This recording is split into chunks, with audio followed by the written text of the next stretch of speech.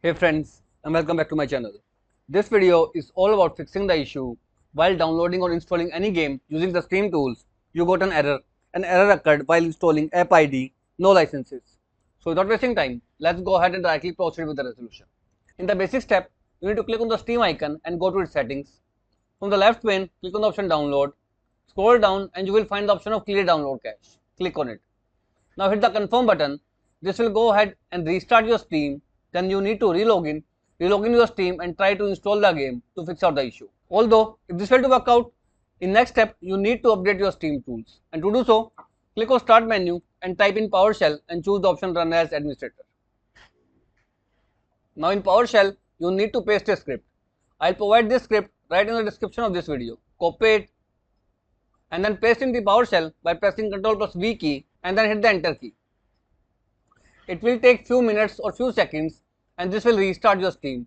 And once your Steam restarted, go ahead and try to install the game and hopefully the issue of no licenses will be completely fixed out. Although if this method also failed to work out, in next step you need to use a tool with the name Steamtools Fixer. So right in the search box you need to type in Steamtools ST-Fixer GitHub and then hit the enter key. Open the very first website, which is selectively ST-Fixer. From the left pane, you need to click on the option latest. Now scroll down and download this exe file into your system.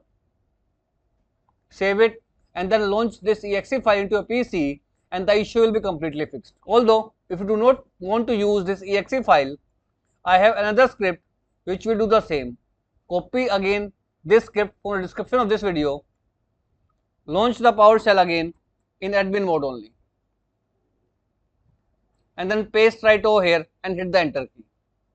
This will go ahead and fix any issues with your Steam tools while downloading or installing any game, and once it is fully completed, go ahead and you are ready to reinstall the game and the issue of no licenses will be completely fixed out.